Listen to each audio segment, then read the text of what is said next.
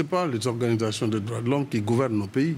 Non, mais elles sont présentes à l'intérieur de les organisations pays, de droits de l'homme elles représentent aussi des demandes de la population sénégalaise. La population sénégalaise de a des représentants à travers des systèmes d'élection clairs et nets. Ce sont ces représentations, ces élus, et à la tête desquels se situe le président de la République. Nous avons notre code de la famille, nous avons notre culture, nous avons notre civilisation. Il faut que les gens aussi apprennent à respecter nos croyances et nos convictions. Au nom de quoi? On doit penser que parce qu'ailleurs, on pense que l'homosexualité doit être dépénalisée, que ça doit être une loi universelle. Au nom de quoi? Au nom de quoi ça doit être une loi universelle? Il faut respecter. C'est un droit qui est considéré comme un droit humain élémentaire par beaucoup non, selon vous, c'est un droit. Écoutez, je dis il faut respecter, madame, le droit également pour chaque peuple de définir sa propre législation. Je ne vois pas pourquoi on doit nous imposer cette vision. Le problème, il est aussi simple. Mais nous avons des homosexuels chez nous. Ça veut dire qu'aujourd'hui, les associations de défense des droits des homosexuels au Sénégal auraient pignon sur rue, la possibilité de s'exprimer, la possibilité de faire campagne, par exemple. Ils sont libres.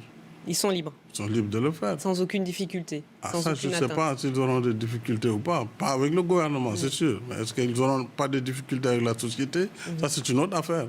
C'est pourquoi je dis encore une fois, les gens doivent avoir la modestie de comprendre que tous les pays ne sont pas les mêmes, n'ont pas les mêmes histoires, n'ont pas les mêmes évolutions. Et chaque pays a son propre métabolisme. Et ça, on le voit aussi au plan politique. Alors, si la question de la liberté, de la dépénalisation de l'homosexualité se pose, en France, vous l'avez réglé d'une certaine manière par une loi, mais ailleurs, ça prend plus de temps. Donc, il ne faut pas essayer de transférer ces problèmes. Ce sont des problèmes de société. Donc, chaque société doit apprécier selon ses capacités. Quel est votre point de vue à vous? Personnellement, je pense que les gens, ils ont la liberté de faire ce qu'ils veulent, ça les engage, mais ils n'ont pas la liberté d'imposer aux autres ce qu'ils sont. Voilà le problème. Qu'ils soient homosexuels, c'est leur problème.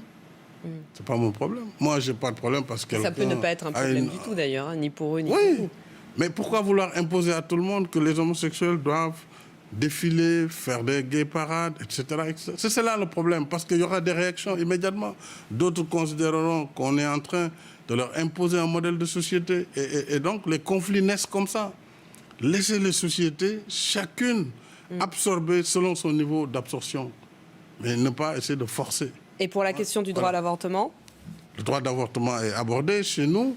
Et d'ailleurs, il y a des évolutions positives dans le sens que déjà pour certains cas de viol ou d'inceste, l'avortement doit être autorisé. Nous sommes en réflexion et en discussion avec la société civile, avec les groupements de femmes qui travaillent beaucoup dans ce domaine, avec les chefs religieux également, qui ont également leur avis à dire dans ces questions. Et donc, je pense que dans un proche avenir, cette question devra être abordée au Sénégal.